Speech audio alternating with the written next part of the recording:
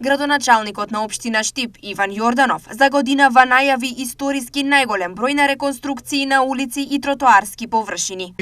Повеќе од 50 улици, повеќе од 30 тротоари кои што ќе се уредуваат.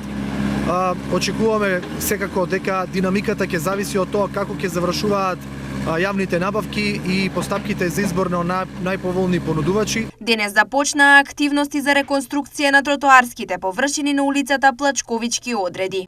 Станува збор за површина која што никогаш досега не била уредена, станува збор за тротоарска површина која што ќе биде уредена со павер елементи. За оваа цел, општината издвои околу 700.000 денари. Нешто помалку од 700.000 денари се предвидени за тротоарските површини на Плачковички одреди. Јорданов потенцираше дека со подобрувањето на временските услови ќе се зголеми и интензитетот на работата.